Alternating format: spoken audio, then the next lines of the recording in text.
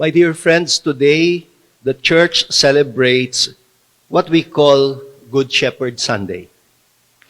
In the context of the present crisis that we are going through, I must say that I have been learning very much about good shepherding from many doctors and nurses who are in the front lines in the global battle against the COVID pandemic. For the past few months now, since this global crisis began, many doctors and nurses have been candidly documenting and sharing what they have been learning about the new coronavirus. But among all of them, I think it is from those among them who have been infected and who have suffered the disease themselves and have either been cured or died or have died in the process that we can learn very much about today's lesson on good shepherding. Before I proceed, let me just note that I am aware that the analogy or the metaphor of shepherding has its own limits. In fact, I know some people who have very strong negative reactions to it. They see in it a kind of leadership that is patronizing. They think the analogy equates the constituents with the flock who do nothing than follow the shepherd. That is why we have the negative idea of the so-called the herd mentality. Well, I agree with this observation, but only partly. I think it is precisely in reaction to bad models of shepherding that Christianity came with a good shepherding idea with no one but Jesus himself as our model. In fact, already in the Old Testament, you can find many reactions to what we call the bad models of shepherding or bad shepherding. You know probably that Saul, who became king, like David, was a shepherd. Saul and David were both shepherds. But when they translated their shepherding into political leadership, Saul's example is rejected by God, while David's example is approved by God, even if he failed as a shepherd every now and then. There is actually one whole chapter in the book of the prophet Ezekiel, and I recommend that you read it one of these days. Ezekiel chapter 34. Please remember that, Ezekiel 34, which criticizes the kind of shepherding that is being done by the ones he calls the false shepherds or the bad shepherds of Israel.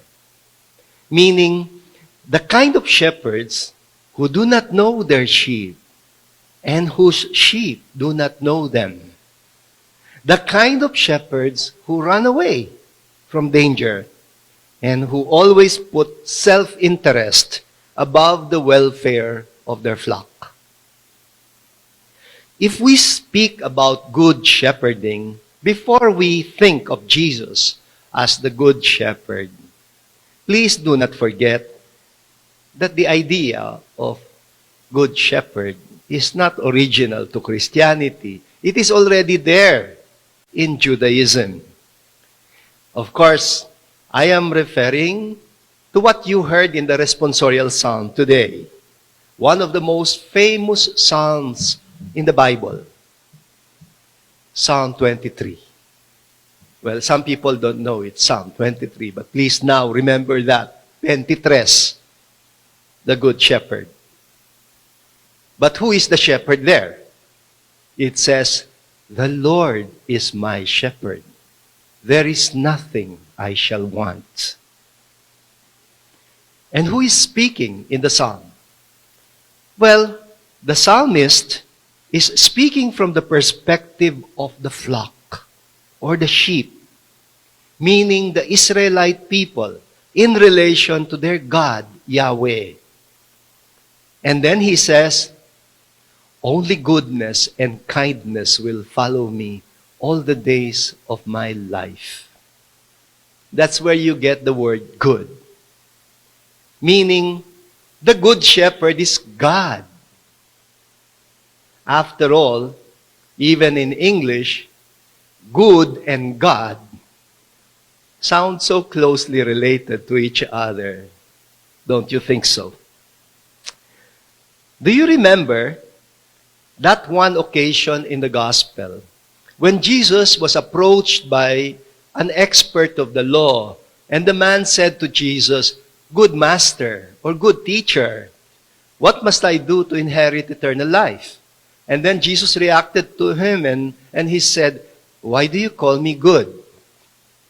No one is good but God alone." That came from the mouth of Jesus. No one is good but God alone. Let us apply the word now to the shepherd.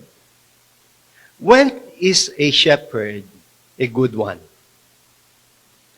Good shepherding, as far as Christianity is concerned, this is what Jesus illustrates in his way of shepherding. You see, the metaphor is very fluid because he is also the gate, as you heard in today's gospel. He will make sure that the sheep are safe from danger. He will not compromise their safety and well-being. The image of a shepherd who lies down right at the entrance of the cave where he keeps his flock at night almost literally conjures the English expression, "over my dead body." You won't touch my sheep over my dead body. Meaning, he is ready to face danger. He will not run away. Literally, he puts his life on the line while taking care of his flock. I hope you were attentive to our readings.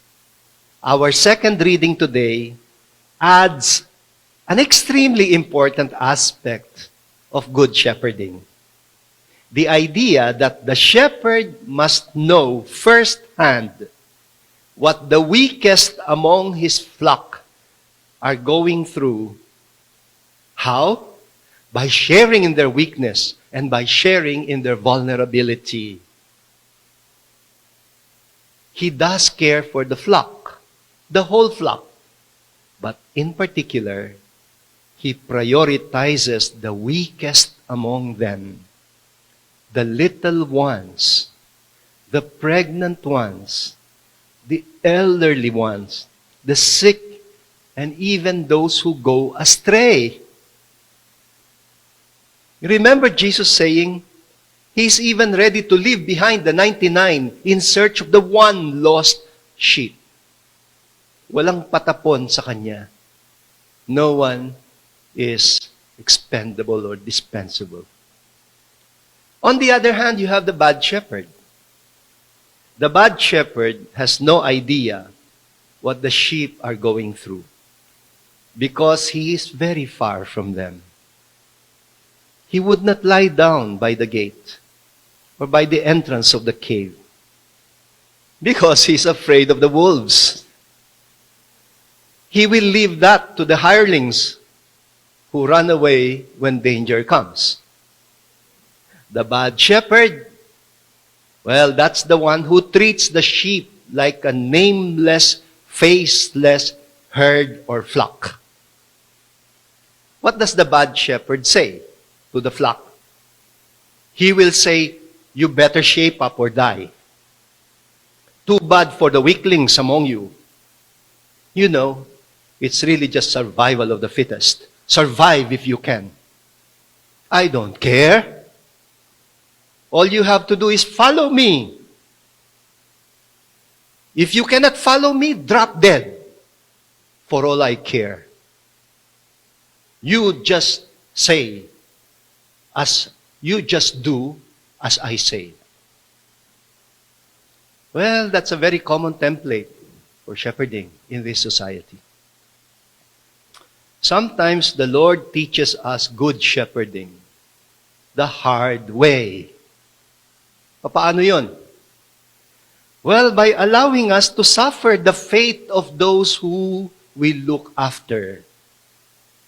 That's what we heard from the second reading, from the first letter of St. Peter.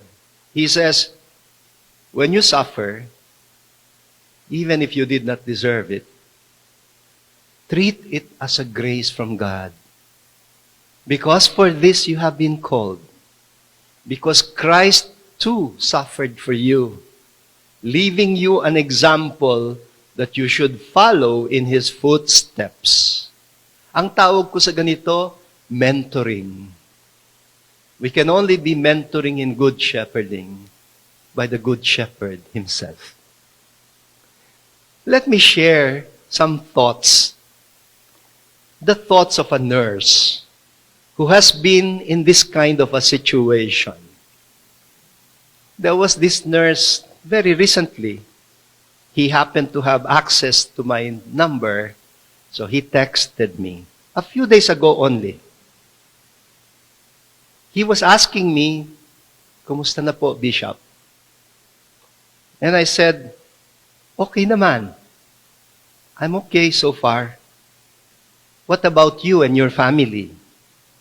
I hope you are okay yourselves." Sumagot siya. He texted back after a few minutes, like he wanted to decide if he was ready to tell me or not. And when he texted back, this is what he said. "Bishop, I need to tell you, I tested positive for the coronavirus just a few days ago. For the past few weeks now, I have been doing the work of a frontliner nurse in our hospital. I was doing swabbing for testing every day for our symptomatic patients." Ang sabi niya, alam ko naman I knew somehow that I could get infected too in time. But I did not expect it to come this soon. And worse than I ever thought. Please po, Bishop, pray for me. I just did my job as a nurse, even if I was afraid myself. Maybe it was a strong sense of duty that gave me the courage to just keep doing what I had to do in order to help those who have been infected to be able to recover. But you know, Bishop, last night, I felt like I was caving in. I found myself crying to God and saying to Him in my prayer, "Lord, what did I do to deserve this? I set aside my own family, my own comfort, in order to serve the people who need me. And now this? Why, Lord? I don't understand. Do I really need to go through all of this myself?" And then he said to me, "Bishop, I must admit, I am starting to feel defeated by my emotions. It's like something is eating me up inside me. Please, Bishop, please pray that the Lord will guide me." I'm glad he said that. He didn't say, "Please guide me." He said, "Please pray that the Lord will guide me." I think he knows I'm not the good shepherd. Only God is the good shepherd. I can only pray that the good shepherd guide him. And I wanted to tell him, you're being called to become a good shepherd yourself. And then he said, "I had no symptoms when I tested positive a few days ago. But since this afternoon, I have started to feel a shortness of breath, and I am starting to worry. So I called my doctor. And he did not want me to be admitted in the hospital. Maybe because I am a nurse, they think I can take care of myself at home anyway. They gave me 2 kinds of medication for pneumonia and instructed me to do something about my shortness of breath by using a nebulizer. I am alone now. I'm under isolation, home alone. The other members of my family had to move out for their own protection. And only my mother is allowed to come to deliver my food at my doorstep every day. Later, he texted me and even sent me photos. He said, "Bishop, my wife and my 1-year-old kid, they came to visit me. And they were standing several meters away, waving at me. And I felt my heart crushed because I wanted to embrace them." And said, "Please, Bishop, please pray for me." I did not say very much. I just listened to him. Basically, I said to him, "I hear you, and I'm here for you. Please keep me updated. Do not hesitate to text me or even to call me whenever you feel the need to." And if there are priests listening right now, please, would you just give away your cell phone number, especially to people who need you most right now, who will have no access to other people or to a priest. Please make yourself as accessible as possible. Alam nyo, many doctors and nurses are totally clueless about this horrible disease. That is the reason why they are asking us to stay home. Because they are overwhelmed and they find it difficult to cope. They do not even know how to treat it. The disease is totally new. It's not in the textbooks. There is no medicine for it. It defies anything that they know about the patient's cure. They are clueless. They're clueless until they get infected themselves. From the doctors and nurses who were the caregivers, suddenly they become the patients. From shepherds, suddenly they become the lambs. And they go through all the humiliation and helplessness, sometimes of having to be intubated by fellow doctors, and this time reacting with fear like ordinary patients, with helplessness. But here's the good news. When they get healed, their attitude changes radically. Why? Because they've been through it themselves. In the letter to the Hebrews, the image is not that of a shepherd, but a priest. And the writer says, we do not have a high priest who is unable to sympathize with our weaknesses. Rather, a high priest who in every respect has gone through all the temptations that we've gone through, and yet without sin. I don't know if you know that the very first doctor who died of COVID-19 was a Chinese Catholic. His name was Dr. Li Wen Liang. He was the doctor who treated the very first patients infected by the COVID-19 in Wuhan and called the attention of the Chinese government about it. You think they listened to him? No, they arrested him. They arrested him for allegedly spreading rumors about a mysterious pneumonia-like virus. Of course, eventually the Chinese government admitted that they were wrong with him, and released him. There is a poem supposedly written by Dr. Li Wenliang.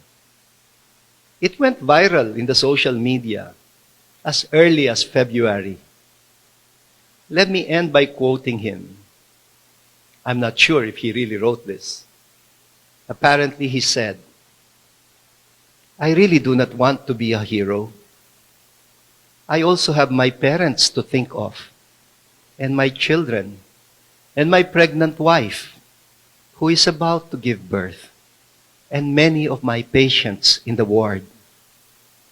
Despite my loss and my confusion, I have to proceed anyway. When this battle is over, I will look up to the sky with tears like rain. I really do not aspire to become a hero. I am just a simple doctor," he said. "But I will not allow this unknown virus to continue hurting my peers and so many innocent people. While they are dying, they look at me with their eyes, with their hope of life." And perhaps when he knew that he was not going to recover, he wrote his farewell. He said, "Goodbye, my dear ones. Hopefully, after this disaster, you will remember someone once tried to let you know the truth as soon as possible. Hopefully, after the disaster, you will learn what it means to be righteous. No more good people should suffer from endless fear and endless, helpless sadness." I'm sorry, napahaba. My dear friends, it is from reluctant heroes like him, and like the nurse I told you about, who is following this Mass right at this very moment. Please pray for him and his fellow health workers. It is from people like them that we have very much to learn today about the meaning of good shepherding.